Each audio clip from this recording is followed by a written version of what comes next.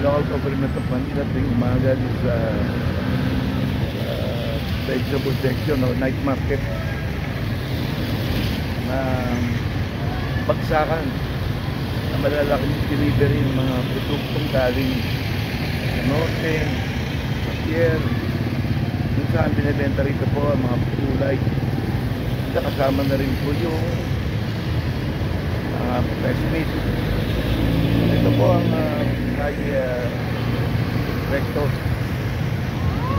Siyang naman inaawalis ito. Talagang pinaliliguan po yung lugar makaraan bago sumabot ang umaga. Ito makikita nyo. Talagang bantay sarado po ng pulis sa Manila Disaster Risk Reduction Management Office.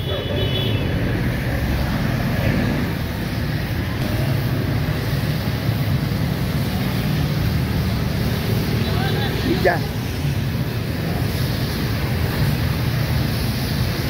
Go ahead. Go ahead, Tol. Media. Iwas ko lang. Sadali lang, ha. O, makikita nyo, actual sila nag-flashing at saka sweeping. Naliliguan po nila yung lugar para po maalis yung amoy, yung mga bulok na gulay. Araw-araw po ito pinagawa rito.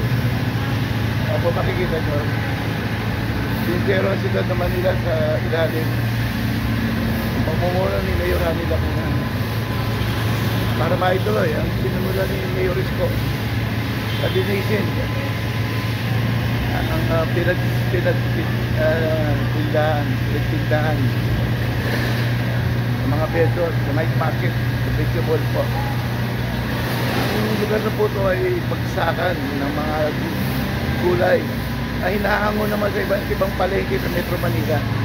Ito ang pinakamalaking pagsakan dito sa Divisoria Night Market.